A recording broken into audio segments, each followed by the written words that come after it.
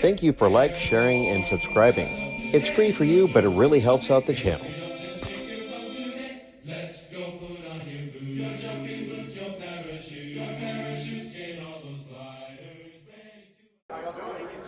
And today on Have a Knife Day, we're here at the Cal Knives show here in beautiful Brea, California, 2026. We're going to be talking to Tom of Two Fish Cutlery. So let's go over here and see what you brought to the show. Hey, Mike. So here we have some Damascus steel.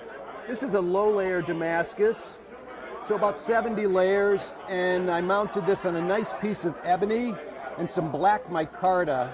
So I really like the way this came out. I do mostly kitchen knives.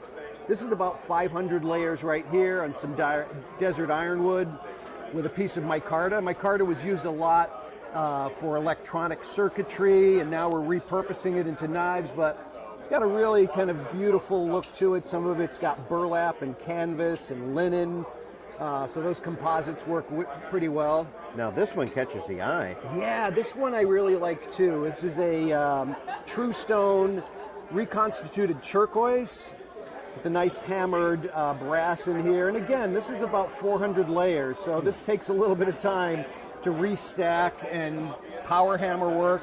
It's not as easy as a stack of pancakes. It is not. Pancakes are much nicer, yeah. But I try to make them so they're tapered, so they feel good in your hand. You're with a chef knife, it's a lot easier if you're closer to the blade here. And they're light and they're thin, so we hope they can really make your kitchen prep a lot easier. This is a nice handle. This is orange, Osage orange. Kind of nice little chatoyance, as they say. And then these here are 80 CRB2. This is a high carbon steel. And again, I'm trying to introduce the micarta just for the colors and, you know, a knife that you could probably use for charcuterie, a cheese knife, a paring knife, or a nice knife to open boxes. And then again, these are high carbon steel knives. I cast this piece right here out of a piece of bronze, so that was an interesting project right there.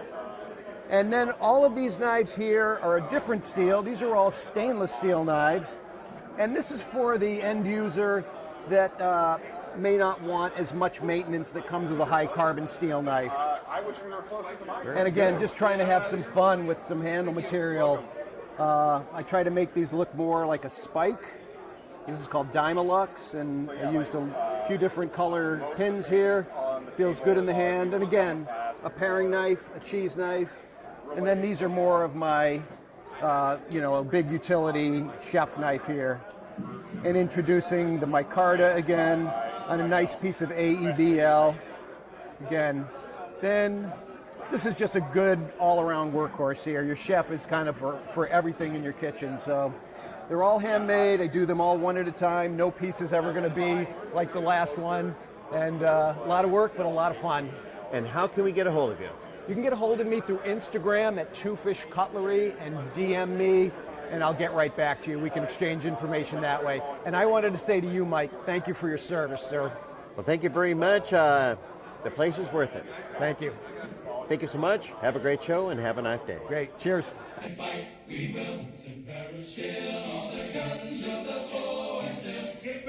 Airborne from skies of blue, head in the glow.